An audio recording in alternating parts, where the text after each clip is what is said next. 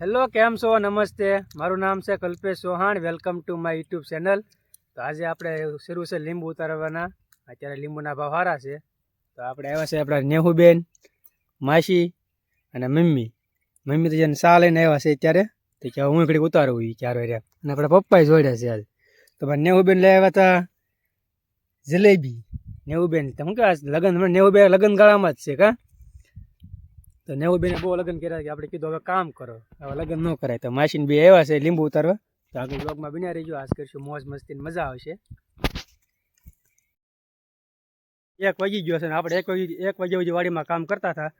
અત્યારે તડક્યો જો ભૂકા કાઢે, ઉનાળો થઈ ગયો ફૂલ. અત્યારે એમ વાત કરતા હતા કે ભાઈ અત્યારે તો લગ્ન ગાળાની સિઝન હતી તો કેવું થઈ ગયું, છોકરાને મકાન હોવું જોઈએ, વાડી હોવી જોઈએ, નોકરી હોવી જોઈએ, 30-35 હજાર પગાર હોવો જોઈએ, તારે છોકરી મળે એમ.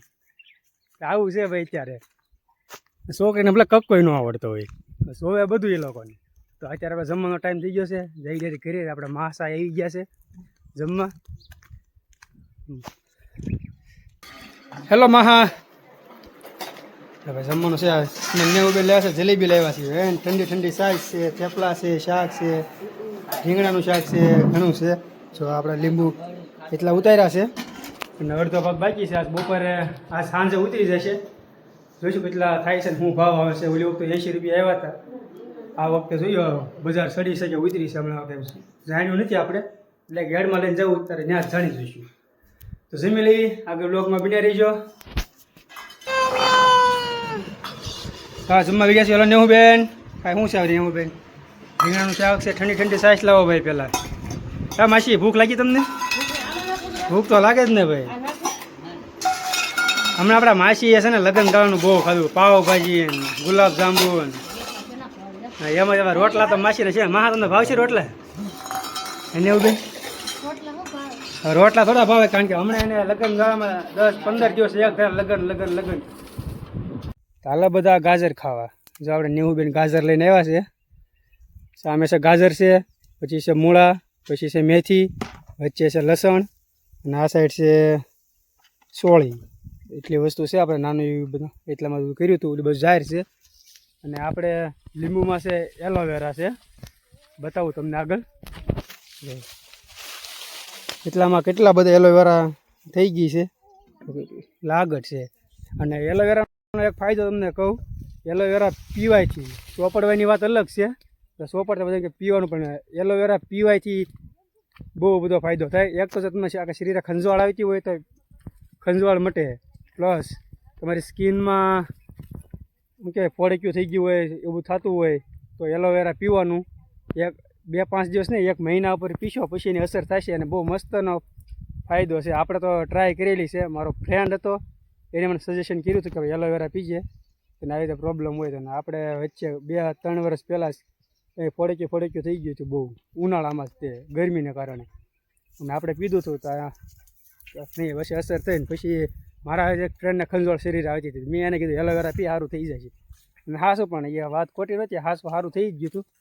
એટલે ઘણા ફાયદા છે એલોવેરાના. અને અહીં આપણે છે જમરૂખડી.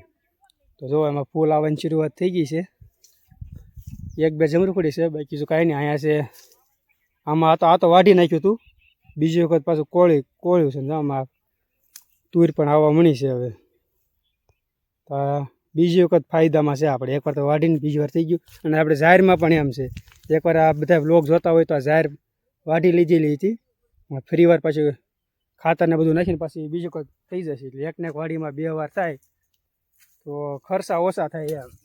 આપણે આકલ લઈ જઈએ. આપણે છેલ્લી ઓળ છે હવે, વહેલા હારતા પૂરું થઈ ગયું છે. ઘરે જઈને લીંબુ ભરવાના જ છે. આપણે બ્લોગમાં જોઈજો, મજા આવશે. માસીને બધા આગળ વહી ગયા છે, આપણે પાછળ રહી ગયા છીએ. બધા કેરીઓ નથી ખાતા ને, કેરીઓ ખાવા મીણ્યા લાગે. તો જો આપણે ડોલું જદુર્યું છે, પણ હવે આપણે ડાયરેક્ટ મળશું ઘરે. આ છેલ્લા 3-4 છોડવા બાકી છે, ઉતારી લેવી. ડાયરેક્ટ લીંબુ ભરતા હોય ને મળી જાય આપણે હવે. તો અત્યારે શરૂ છે આપણે લીંબુ સારા કરવાના. એમાં ઝીણું લીંબુ, જો ઝીણું લીંબુ ને પાકલ લીંબુ હોય આપણે અલગ તારેવી છીએ. અને સારું લીંબુ હોય તો આમાં રવા દેવાનું છે, કારણ કે એના જ ભાવ આવે. ઓલા લઈ જ જવાના માર્કેટમાં. પણ એ અલગ એના ભાવ અલગ આવે. તો જો એટલા છે કાચા પાકા લીંબુ આપણે નેહુબેન માસીને બધા થઈ ગયા છે કામમાં લાગી ગયા છે. તો તમારે કાંઈ કેવું છે? કોઈને કાંઈ નથી કેવું?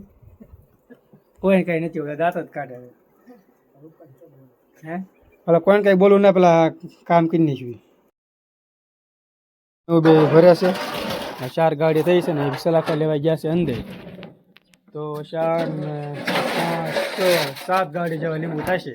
એક ગાડીમાં 23 થી 25 કિલો વજન હોય છે. તો ડબ્બા ભરાઈ ગયા છે. હા, સલાખા આવી ગયા.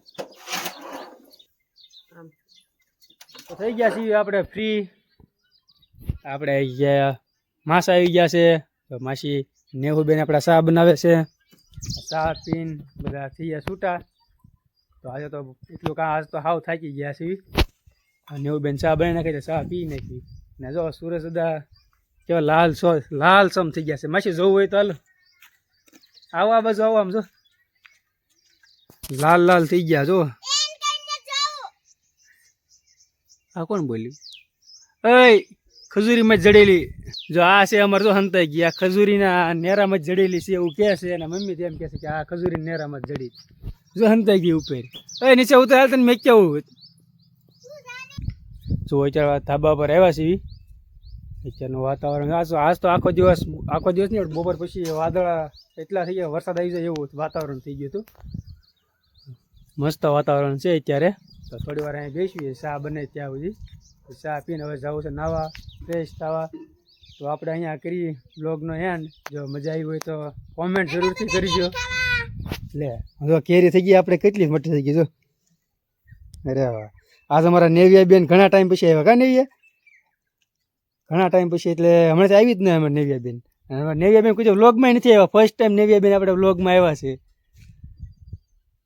તો તમારે કઈ કેવું? હા, તો આવો બધા ખાવા. કેરી. હા યાર, એ થોડીક મોટી થાય પાકે પછી મજા આવશે. આ તો નીચે પડી ગઈ છે ને, ખરી ગઈ છે ને, તો કેરીઓ કરવા મળી છે. મોટી થાય તો સારું. ઓલા આંબામાંથી લઈ. સારું લ્યો, તો આવજો. બાય કહી દો. Bye bye. તો બાય આવજો. મળ્યું નેક્સ્ટ બ્લોગમાં. જો બ્લોગ ગમ્યો હોય તો કોમેન્ટ જરૂરથી કરજો, લાઈક પણ કરજો, સબસ્ક્રાઈબ પણ કરી દેજો. હા, બાય. અમારા ગામમાં મોલો બોલે છે. અત્યારમાં હારાસો થઈ ગયેલા છે. અમારા ગામમાં 3 ટાઈમ બોલે છે, બપોરે, હવારમાં અને હાંજના. હવે બધા સાંભળો મોલાનો મીઠો અવાજ.